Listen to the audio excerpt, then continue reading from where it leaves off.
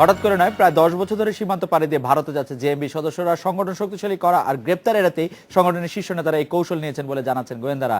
এদিকে জঙ্গি তৎপরতা বন্ধে শুধু ভারত নয়, বেশ কিছু নিরাপত্তা সংস্থার সঙ্গে কাজ করছে আইন শৃঙ্খলা বাহিনী।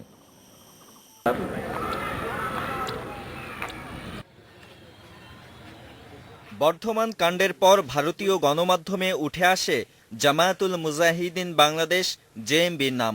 ভারতের গোয়েন্দারা বলছে প্রধানমন্ত্রী শেখ হাসিনাকে হত্যার ষড়যন্ত্র করছিল জঙ্গি সংগঠনটি। এছাড়া বাংলাদেশে সশস্ত্র জিহাদের প্রস্তুতির কথাও এনআইএ এর হেফাজতে স্বীকার করেছে আটক জঙ্গিরা। 2004-05 সাল থেকে সীমান্তবর্তী জেলা ও পার্বত্যাঞ্চলে ঘাঁটি গাড়ে জেএমবি।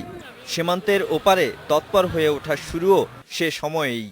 তাদের সাংগঠনিক কার্যক্রমগুলো সুষ্ঠুভাবে চালানো, গ্রেপ্তার এড়ানো এবং সেই সাথে যে আরেকটা সহযোগী পার্টনার সীমান্তের ওপারে তৈরি করা যায় কিনা, এরকম কিছু উদ্দেশ্য নিয়ে কিন্তু তারা দেশ ত্যাগ করে। এটা অব্যাহত থাকে আর কি 2004 আর 2005 এর পর থেকে আর কি। জঙ্গি তৎপরতা বন্ধে আঞ্চলিক সহযোগিতা নিয়ে কাজ চালিয়ে যাওয়ার কথাও জানালেন এই গোয়েন্দা কর্মকর্তা। জঙ্গি সংগঠনগুলো যেহেতু কনসেপশনাল জুরিসডিকশন বেস কাজ করে, যে এটার মধ্যে কোনো বর্ডার থাকে না, তো বর্ডার টু বর্ডার এরা এক্সপ্লোর করে থাকে তাদের কনসেপ্টগুলোতে, যে সেভাবে কাজ করতেছে।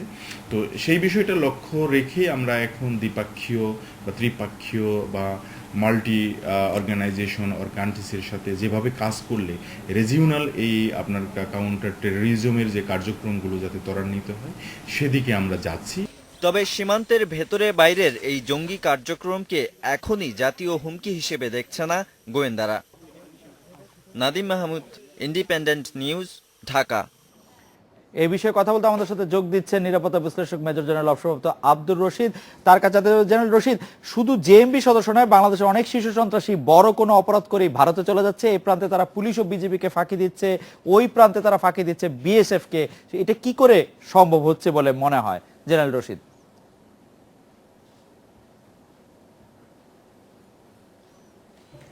এটি স্বাভাবিকভাবেই আমাদের যে দুই দেশের সীমান্ত আছে, এই সীমান্তে কিছু অংশে কাঁটাতারের বেড়া আছে, তবুও এটিকে আমরা মনে করি যে বিশ্বের সবচেয়ে বেশি পোরাস বর্ডার। তো চলাচলের ক্ষেত্রে এই যে আপনি বলেন বিজিবি এবং বিএসএফ দুই ক্ষেত্রে থাকা সত্ত্বেও এটির প্রবণতা কমেছে, কিন্তু এটি বন্ধ হবার নয়।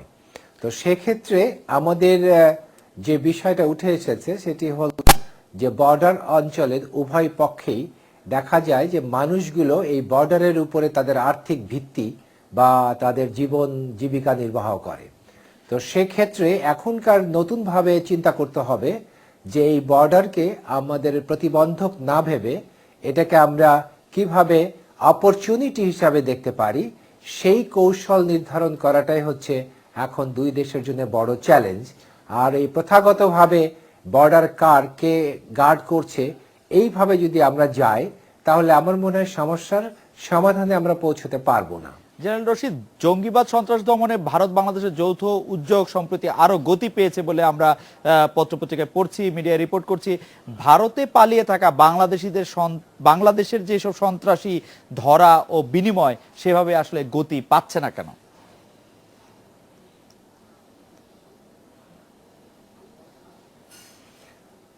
এখানে একটি বিষয় আছে যে দু দেশের ভেতরে এই যে জঙ্গি যে সীমান্ত পাড়ি দিয়ে বাংলাদেশের বিশেষ করে জেএমবি যে ভারতে আশ্রয় নিয়েছে, সে আশ্রয়ের সাথে কতগুলো বিষয় জড়িত হয়ে গেছে।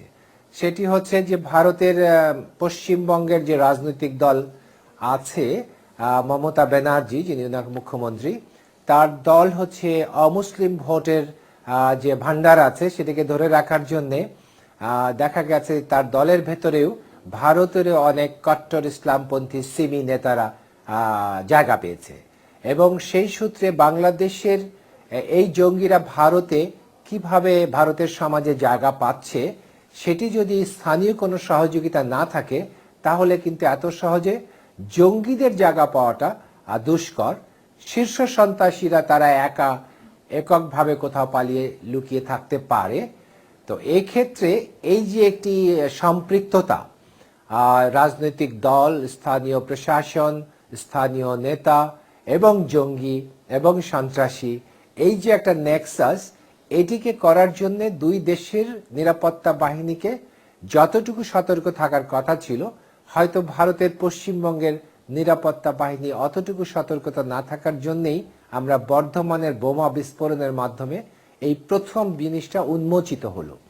সেই উন্মোচনের পরিপ্রেক্ষিতে যে তদন্ত পরিচালিত হলো, সেক্ষেত্রে আমরা দেখতে পাচ্ছি, জি বলেন। যে পাকিস্তান, জি আপনি শেষ করেন। সেটা আমরা দেখতে পাচ্ছি সেখানে কেন্দ্র সরকার এনআইএ যেভাবে তদন্ত করছে, তদন্ত যেভাবে চালাচ্ছে, সেখানে আবার পশ্চিমবঙ্গ সরকারের দ্বিমত আছে। তো সেই ক্ষেত্রে আমরা মনে করছি যে এখানে একটি সম্পৃক্ততা, সবার সহযোগিতার মাধ্যমে যদি আমরা এটিকে আরো বাড়িয়ে এগিয়ে নিয়ে যেতে পারি, তাহলে জঙ্গি দমনটা উভয় দেশের জন্যই সহজ হবে।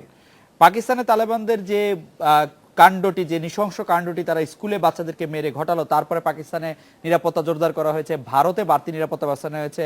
আমাদের দেশে কি সেরকম কোনো বাড়তি নিরাপত্তা বা সতর্কতামূলক ব্যবস্থা নেওয়া উচিত বলে আপনি মনে করেন?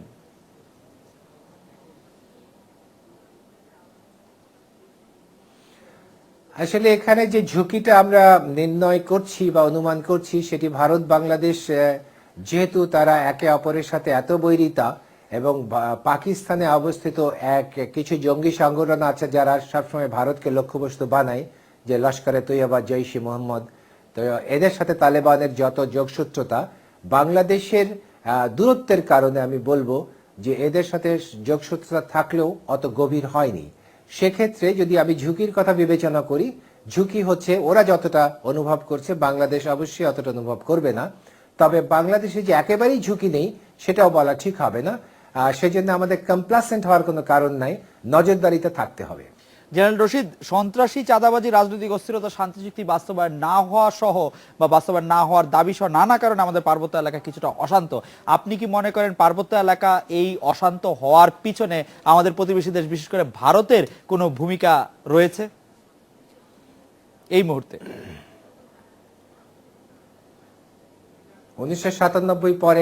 1997 সালের শান্তি চুক্তির পরে আমি মনে করি এই মুহূর্তে 1997 সালের শান্তি চুক্তির পরে আমি মনে করি না তারা এই ক্ষেত্রে কোনো ভূমিকা রাখছে।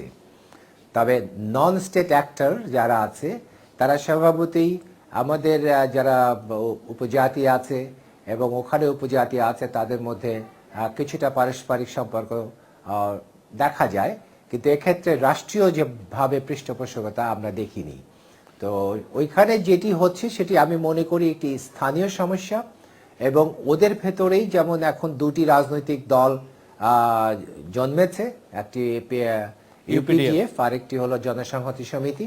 সেখানে তাদের যে দখলদারিত্বের লড়াইয়ের ভেতরেই এটি আসলে এই সমস্যাটা তৈরি হয়েছে। আরেকটি হয়েছে যে আমাদের যে শান্তি চুক্তি আছে, তার যে ভূমি সংক্রান্ত বিধানটা আছে, সেটিকে কার্যকরী করা ওখানে বাঙালিদের বর্তমানে ব্যাপক উপস্থিতির কারণে এটি কঠিন হয়ে দাঁড়িয়েছে।